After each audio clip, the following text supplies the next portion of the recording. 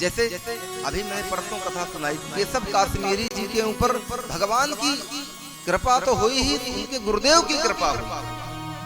पहले होता क्या था कि गुरुदेव कोई मंत्र लेने जाता था किसी साधक गुरु से, तो वो देते नहीं थे मंत्र। पहले ये टेस्ट करते थे कि क्या ये मेरे मंत्र के योग्य है या नहीं। क्यों? जब साधक गुरु के हम शिष्य बन जाएंगे तो यदि चेला सही नहीं होगा और वो पाप करेगा तो उसके गुरुदेव भी पाप के भागी होते हैं, क्योंकि वहां से उसका युग परिवर्तन हो जाता है, उसका पूरा जीवन परिवर्तन हो, नया रूप हो जाता है।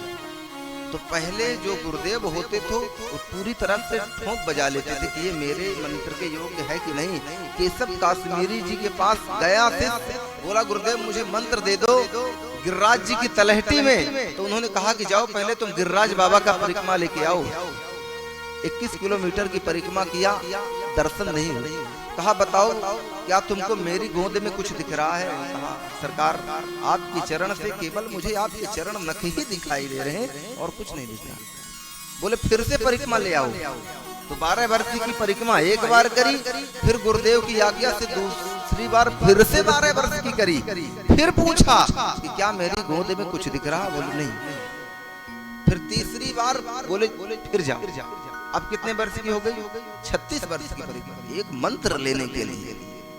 36 वर्ष की परिक्रमा करने के पश्चात जब वापस आए केशव काश्मीरी जी के पास, और वो गिरिराज जी की तलहटी में श्रीनाथ जी के चरणों के पास बैठे थे। आहा, देखा तो नील सरोवर नील मणि नीर नीर धाम, नंगे मनंगे हमारे बाल कृष्ण से घुंघराली अलका बलि लिए हुए केशव काश्मीरी की गोद में खेल रहे हैं।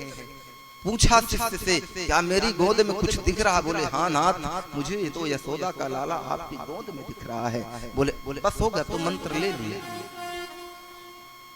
तू मंत्र प्राप्त कर लिया, अब नहीं क्या जपूं? तो बोले अब बस एक ही मंत्र जपना है। बोले हरे कृष्ण कृष्ण कृष्ण हरे हरे, हरे राम राम राम